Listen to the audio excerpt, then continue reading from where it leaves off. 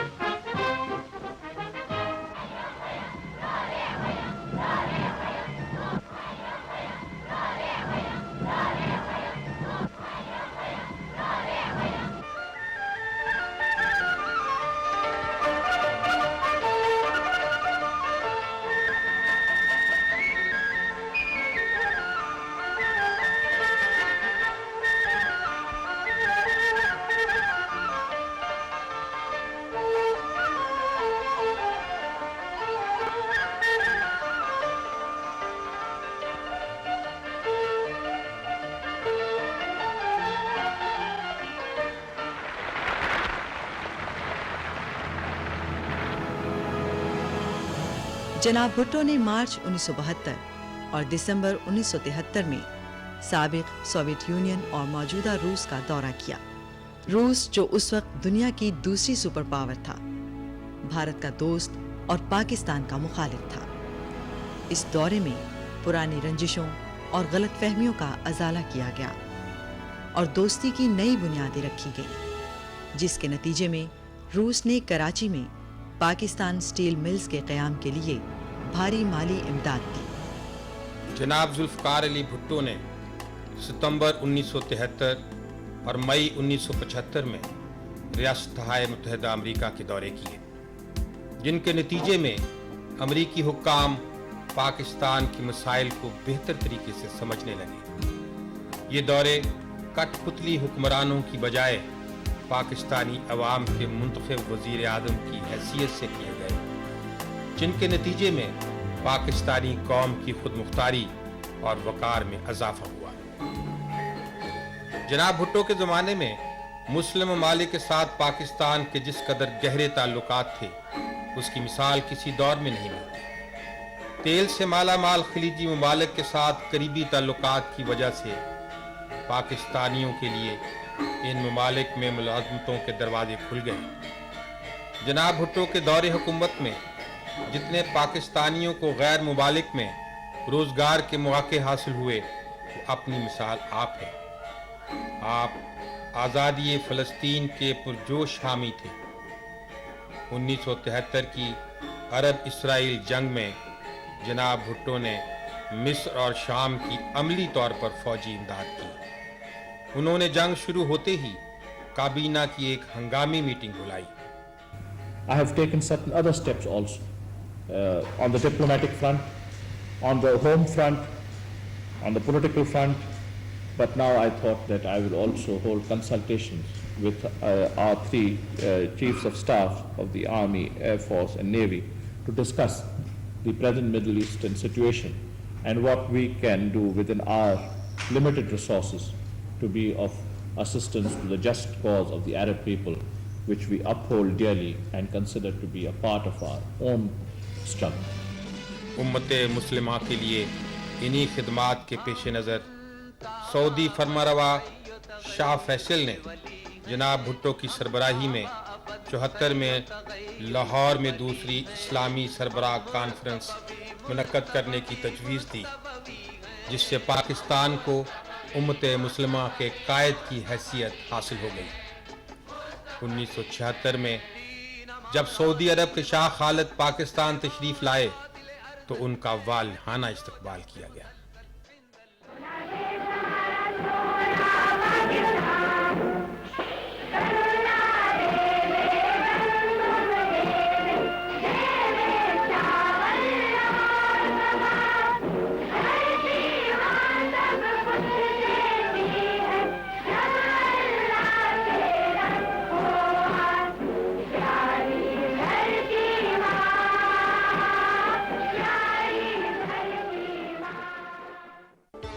جناب ذوالفقار علی بھٹو ایک راسخ العقیدہ مسلمان تھے.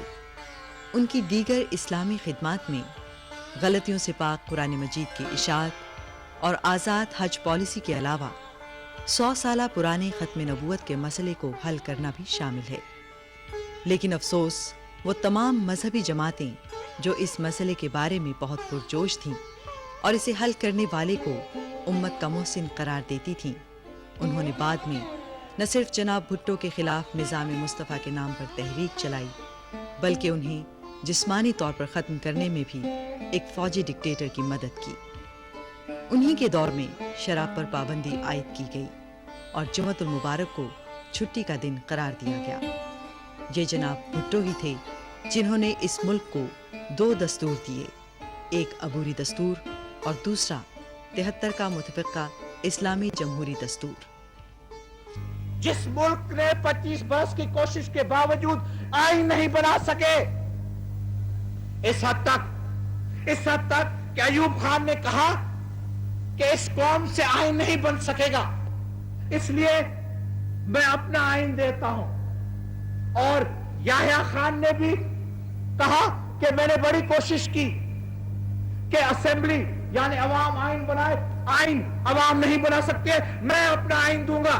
میں نے کب آپ کو کہا کہ میں اپنا آئین دوں گا؟ میں نے کہا کہ دستور بنائیں گے، اور دستور 2 سال کے اندر، جہاں ایک دستور 25 برس میں نہیں بن سکا، یہاں 2 سال کے اندر 2 دستور. ایک عبوری دستور، وہ بھی میرا بنا ہوا عبوری دستور نہیں تھا، وہ بھی اسمبلی نے، قومی اسمبلی کا بنا ہوا عبوری دستور تھا. عبوری دستور، اس کے بعد مکمل دستور وہ بھی قومی اسمبلی کا بنا ہوا. اور کون سا دستور؟ وہ دستور جو اسلامی، وہ دستور جو وفاقی، وہ دستور جس میں جمہوریت کی حفاظت، جمہوریت کی سلامت. جناب، اور میں کیا کروں جمہوریت کے لیے؟ ہر جماعت، ہر سیاسی جماعت جس کی اسمبلی میں رکنیت ہے، انہوں نے سب نے کہا ہے، سب نے قبول کیا، سب نے دستخط کر کے کہا کہ یہ دستور جو ہے اسلامی دستور ہے. جہاں جناب بھٹو نے پاکستانیوں کے لیے بیرون ملک ملازمتوں کے دروازے کھولے، وہاں انہوں نے اندرون ملک بھی مزدوروں، کسانوں اور دیگر محنت کشوں کی فلاح و بہبود کے لیے کئی اقدامات کیے. ان کی تنخواہوں اور مراعات میں اضافے کے ساتھ ساتھ ان کے اوقات کار اور حالات کار میں بھی بہتری پیدا کی گئی. ان کی ملازمتوں کو تحفظ فراہم کیا گیا، انہیں یونین سازی کا حق دیا، اور پہلی مرتبہ مزدوروں کے عالمی دن کے موقع پر عام تعطیل کا اعلان کیا گیا. قومی شناختی کارڈ کا اجرا بھی جناب بھٹو کے دور میں ہوا. پاکستان کی تاریخ کا پہلا قومی شناختی کارڈ جناب ذوالفقار علی بھٹو کا تھا، جس پر اعداد کے خانے میں نمبر 1 درج ہے. جناب بھٹو طالب علموں اور نوجوانوں کے محبوب رہنما تھے اور خود بھی نوجوان طبقے کے بڑے مداح تھے. انہوں نے تعلیمی اداروں کو قومی تحویل میں لے کر تعلیم عام کر دی. ان تعلیمی اداروں کی فیس برائے نام تھی. یوں ان کے دور میں اعلیٰ تعلیم تک غریب طالب علموں کو بھی رسائی حاصل ہو گئی. ان کے دور میں طلباء 10 پیسوں میں اندرون شہر اور آدھی ٹکٹ میں بیرون شہر کہیں بھی آ جا سکتے تھے. جناب بھٹو کے دور میں کئی نئے میڈیکل اور انجینئرنگ کالج اور یونیورسٹیاں قائم کی گئیں.